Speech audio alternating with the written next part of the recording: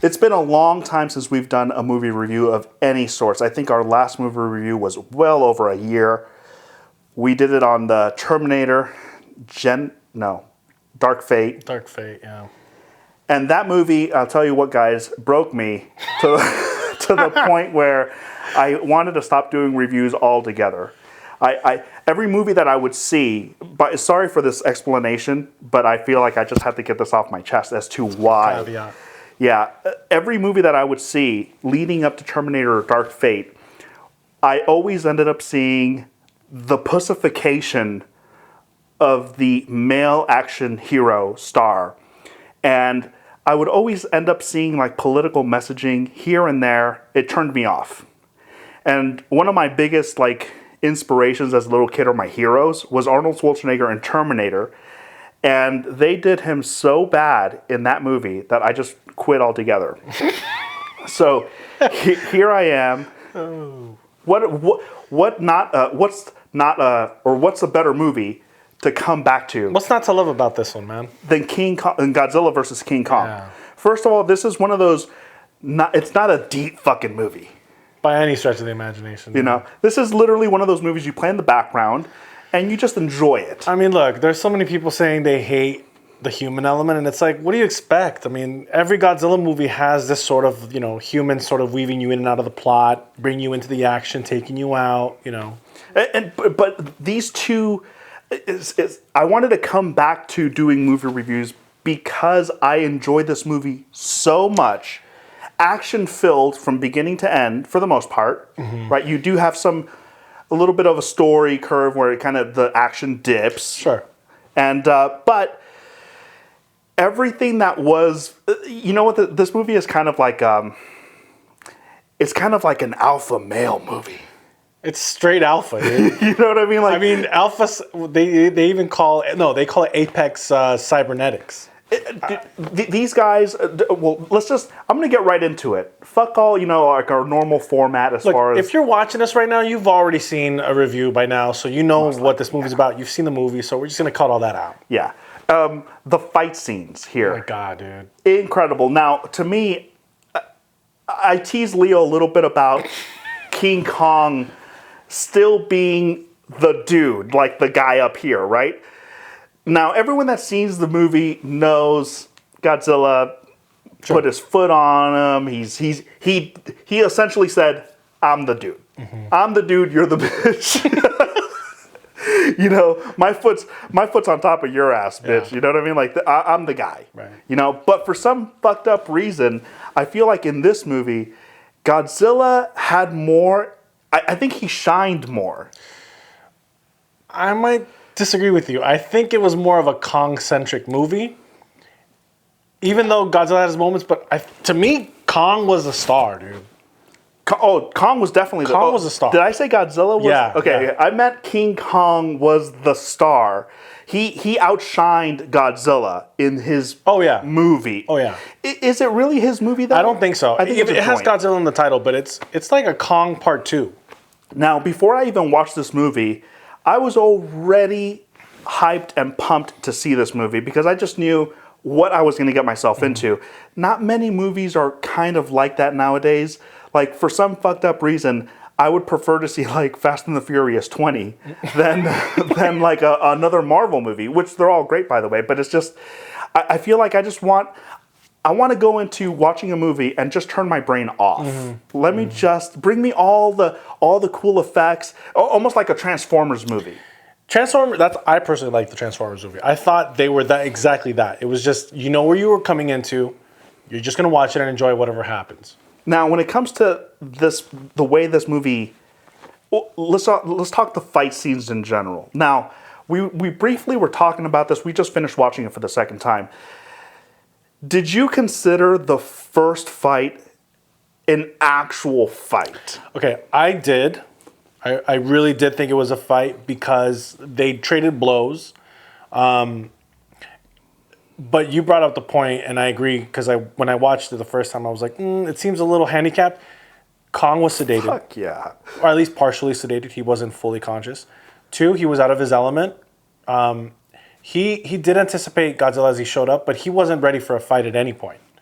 And, he didn't have any sort of where to put his foot. He had a narrow ship, which was huge actually, because it held both Titans on it as they fought, the carrier or the destroyer or whatever. But yeah, you're right. It wasn't really a fight. It was more of an intro, more of like what's to come. Right. This is just a little. It was like the weigh-in. You know what I mean? It was the weigh-in. Sometimes it was the face-off. Yeah. Sometimes in weigh-ins you get a little. They trade blows a little bit. But and they did trade off a couple of face-off moments, like when Godzilla's looking over the ocean, and or King Kong is looking down at the ocean, and Godzilla's looking up, and he's blowing up the ship. They had that. It was kind of like a moment of like, oh shit. Yeah. Even when they separated and they went on their own ways, King Kong's looking at him upside down, and they're kind of like they're giving you that vibe of this ain't done. Mm-hmm. This ain't done. Yeah. We're gonna meet again, kind of thing. So I took that first fight. And the reason why I'm even bringing all this up is because some people think that Godzilla just outright just won. But I'm just going to throw a little shade, a little context. Just like what Leo was saying, he was out of his element. He's in the middle of the fucking ocean. He is, yeah. When does that happen? Not just that, but when they first start fighting, he gets submerged and he's still chained up. He's still chained up, and he still kind of has the little sedation little tablets behind his neck. Like, what the hell? That was great. You pointed that out. I didn't see that the first time. He had these little tanks on the back on his neck brace that were probably sedating him. It was, they were pumping him with stuff. But the second time they met, it's a clear winner. Clear Godzilla won. Now, here's the thing. Do you consider that fight 2 bouts, or is it just one long fight? See, to me, like, my instincts are telling me it's 2 bouts in one. It's not just one bout. Round 1, round 2 kind of thing? Yeah, because, and even the actual other characters acknowledge that. When King Kong knocked out Godzilla, they made it a point to say, round 2 goes to King Kong. Kong clearly switched up tactics on that second fight. I mean, yeah. He has to. First of all, he learned Godzilla has a projectile, so he did not let him get it like from far away. He brought it close. It was CQC the whole time. Yeah, but the thing I like about the Godzilla thing is he utilized also his tail. Like, when they were fighting, Kong switched up his tactics. Mm-hmm. He was swinging from building to building, going crisscross pattern on that motherfucker. Right. But then Godzilla, every single time, there was a moment where he went in for a bite, he missed, and then he turned and hit him with the tail. Yeah. So he was adapting as this fight was going on, too. So I would count that as 2 in 1, only because when Kong knocked out Godzilla, he just walked away. He didn't continue it and didn't continue the battle. I mean, look, I think if Kong would have continued beating on Godzilla, he would have done some made some damage. For sure. Some clear damage. Because he still had his axe. Right. He's clearly down. He didn't use the axe the whole time either. I really like that. It wasn't like, oh, now I got this axe, now I'm OP, like, I'm going to take him out. It was a good balance of the axe and his ability to move. He was way more mobile than Godzilla was. Yeah. Godzilla was way slower, even though he's fast. But he had to go full feral on King Kong to actually overpower him, because he wasn't going to beat Kong one-on-one the way he was fighting up until that point. And the one thing I do like about their battles is when they fought for the second time in the city, right? Kong has the hammer, or the axe. He drops the axe, boom, on the ground, and then they kind of have this face-off, right? And then they both have like this screaming, like, ah! Right. And then he picks back up the axe, and then he starts charging at him. Like, it's almost like they were giving us their battle call. Right. The battle call. It was like, dude, this is like some macho shit. You know what I mean? It really is. This is like some gladiator shit going on. And this is why I tend to like this type of movie, just because I feel like in action movies, just in general. I grew up from the 80s. I grew up with the RoboCops and the Terminators. We're talking, Dutch facing off against Predator. Exactly. That kind of moment. The fucking battle cry with the fucking torch. Ah! Yeah, I love that kind of shit. One of our most favorite videos, or most liked videos, is the John Wick review that we did, John Wick 2.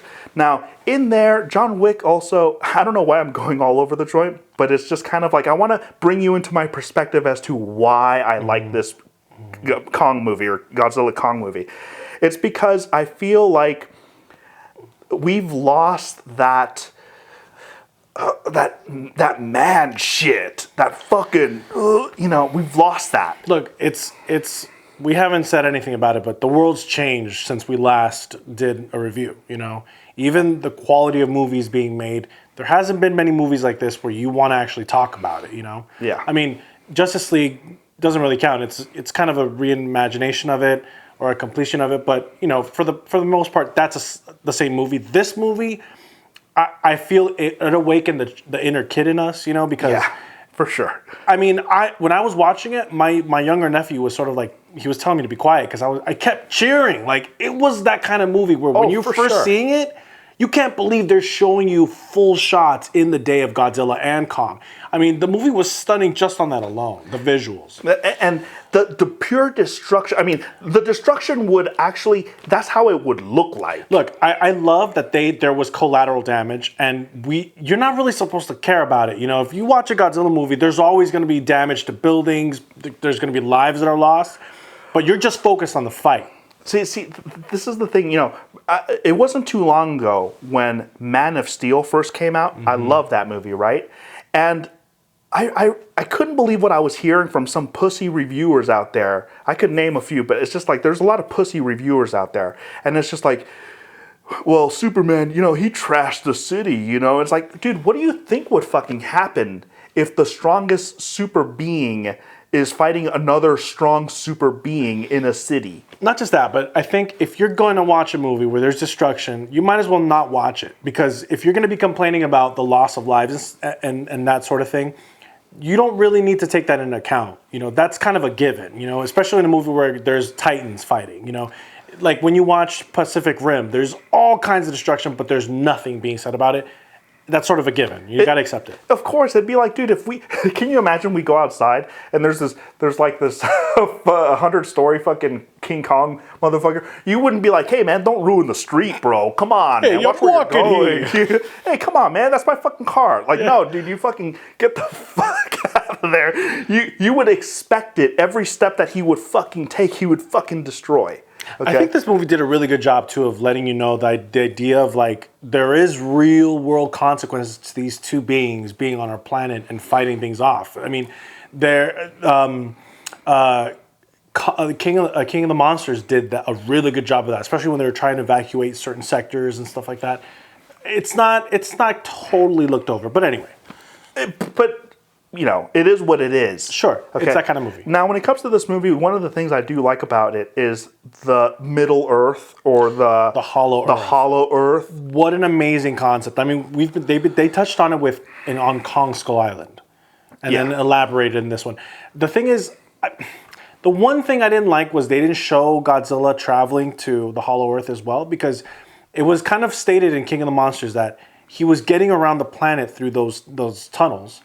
But clearly we get to see where all those tunnels lead up to, and it's mind-blowing. Yeah, the environment of the Hollow Earth is incredible. It's like a Land of the Lost type of setting. It looked like a painting. I mean, probably it was a painting, but fuck, it looked gorgeous. It was beautiful. Well, it was beautiful upside, like gravity doesn't act the way gravity acts down there. Up is down, down is up, and it's just kind of like that world has tons of potential to introduce little new monsters that we've never heard or seen before.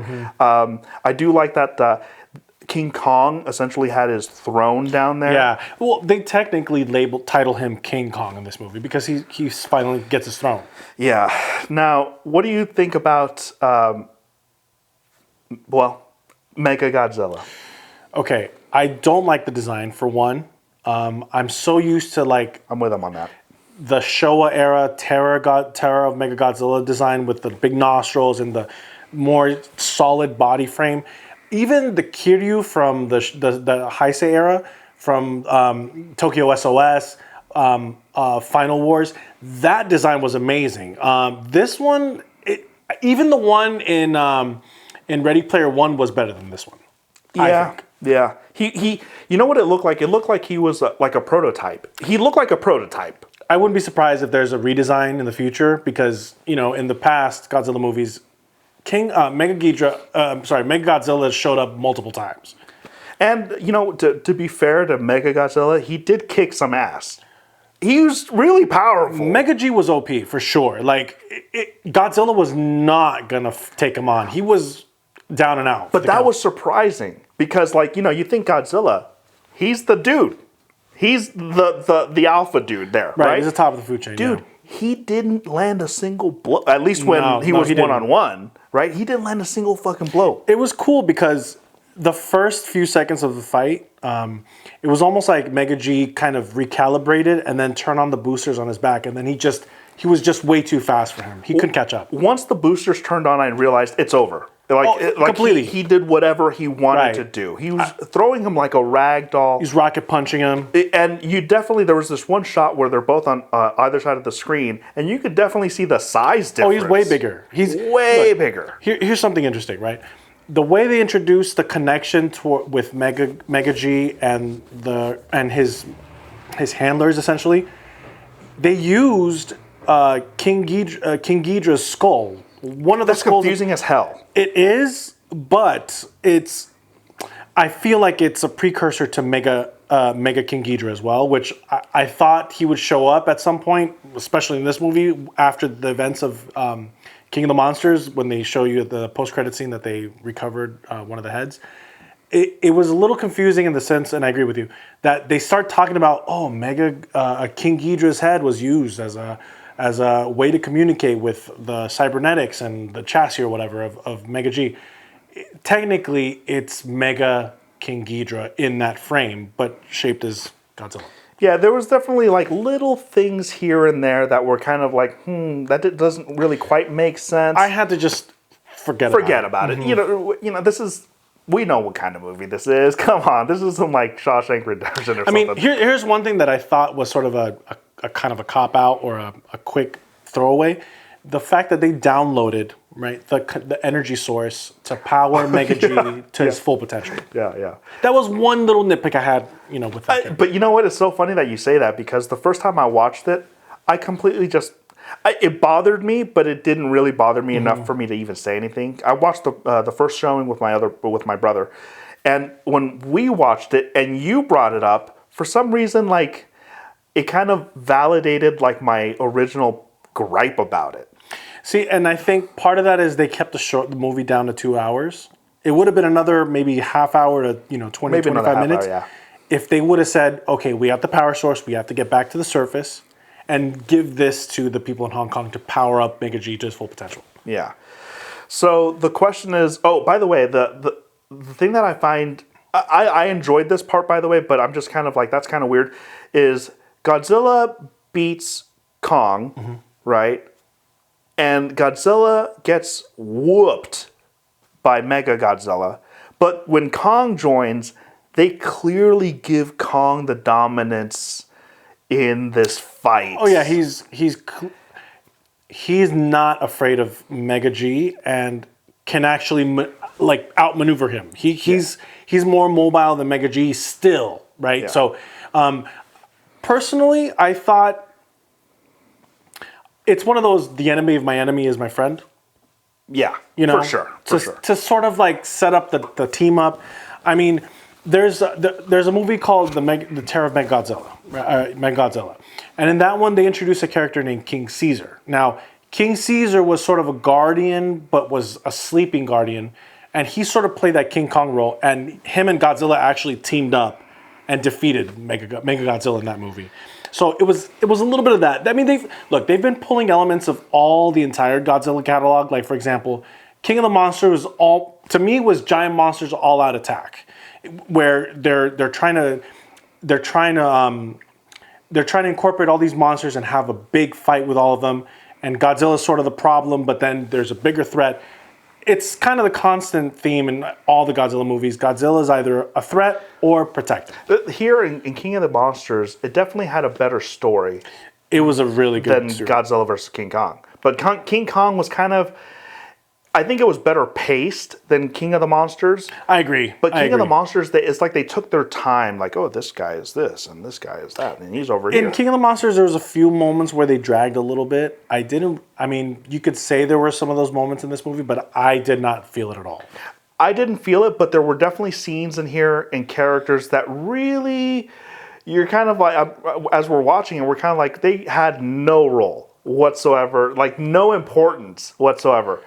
Millie Brown's character, Yeah. she's really a She throwaway didn't need to be there. character. She really didn't need to. It was really just our connection to Godzilla, I think. Yeah. The human connection. The guy that played the conspiracy theorist, he was very was entertaining. great. Funny. Yeah. Every single scene that he was in, you're kind of like, okay, he has a little bit of an it factor. To me, he stole the show. Like he Yeah, was, he as was far the as the best humans are human concerned, character in the entire set. Hands down. Every other one is like for example, this conspiracy guy, I forget his name, but he and the other two teenagers, they want to do something. They want to do something to help, but all they do really, all they do is they go to the facility, they go down some floors.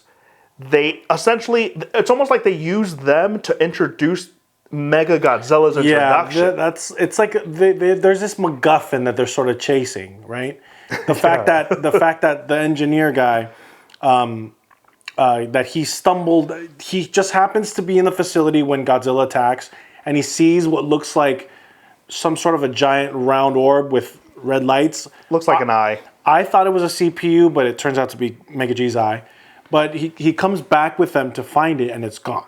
Clearly, they've evacuated some of the stuff, but there's still lower sublevels where there's action happening, and it's almost like a random set of like blunders that they trip into. We're in Hong Kong. They trip into other scenes. Yeah, like whoa, we're in Hong Kong now, and there's Mega G, and oh god. Yeah, exactly. And it's like, but you see what I'm saying is like they really were used just to set the introduction to Mega Godzilla destroying what's that other monster type with the red fucking head? Oh, the Skullcrawler. Yeah, that was it, and it was just kind of like, whoa, okay, he's badass. It sucks because the Skullcrawler was such a cool character in Skull Island that I thought it would have been awesome to have seen a couple of Skullcrawlers fight against Godzilla even. Yeah, and but down at the Hollow Earth, King Kong did fight some kind of snake creatures. He fought some, I don't know what they're called. They've never been introduced, but I'm just going to call them Cobra with wings. The flying snakes. Those monsters were pretty cool. That was a cool monster. So I'm just kind of, overall, the monster scenes with Godzilla, King Kong, Mega Godzilla, those were all great. At first, to be honest, I was a little disappointed they didn't introduce another kaiju, some sort of a lesser kaiju to fight. When they're introducing just, I guess, this world of the Hollow, there's a scene where Kong is walking past some, like a molten floor, and there's a couple of crabs that kind of come out of the ground that are like rock formations on their backs, and then this like lizard thing comes out. I felt it was a little nod to like, You forgetting your monsters? The turtle. Teenage Mutant? No. Anyway, it's one of those lesser kaijus that never came into the Godzilla series, but yeah. Scale of 1 through 10, the rating. It's been such a long time since I've done a rating, right? But it's just kind of like... I think it's a solid 7.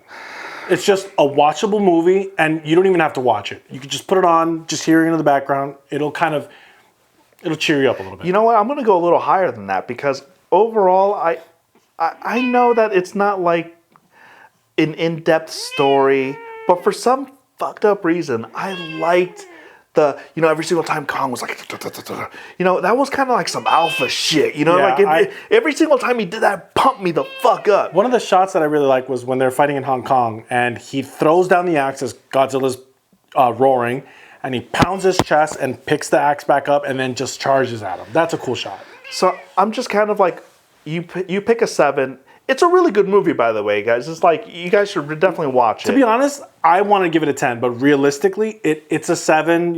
There's moments where you kind of want to fast forward. I don't feel the length of the movie when I watch it. It feels short, but it's 2 hours. Look, my heart wants to give it a 10 because after the movie ended, I wanted more. I was all smiles, dude. Yeah. I was like, dude, that was a kick-ass movie, dude. Yeah. Of course, there are things that I'm like, that doesn't make sense at all. Why the fuck are they there? How did that happen? There are plenty of those scenes. So for that, I would give it a solid 8. I'll stick to my 7. Yeah. King of the Monsters would be like a 8.5, 9. I think I rated that an 8. Yeah. But yeah. Overall, 8, 8.5 if I'm feeling very generous. Anyways, guys, let us know who you thought won, and we'll see you guys next time. Bye.